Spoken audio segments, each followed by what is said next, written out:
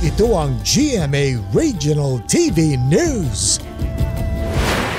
Mainit na balita mula sa Luzon, hatid ng GMA Regional TV. Hulikam ang panloloob ng dalawang lalaki sa isang tindahan ng mga gadgets sa Tayug, Pangasinan. Chris, may mga nakuha ba yung suspect?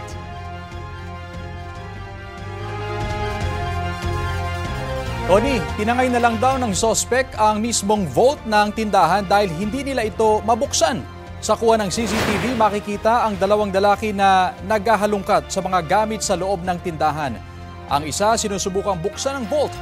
Ayon sa manager ng tindahan, binuhat na lang ng mga suspect ang vault na may lamang 68 unit ng mamahaling cellphones at iba pang gadgets na nagkakalaga ng 2.5 million pesos. May cash din sa loob nito na 200,000 pesos. Batay sa investigasyon ng mga pulis, gumamit ng bolt cutter ang mga suspect para mapasok ang tindahan. Naglaan ng pabuya ang may-ari ng shop sa sinumang makapagbibigay ng impormasyon para mahuli ang mga suspect. Bumangga naman ang isang bus sa isang poste sa Castilla, Sorsogon. Wasak ang ilang bahagi ng bus na sumadsad ng ilang metro sa Maharlika Highway hanggang sa tumagilid ito. Nasira din ang dalawang CCTV at ilang kable na nakakabit sa poste.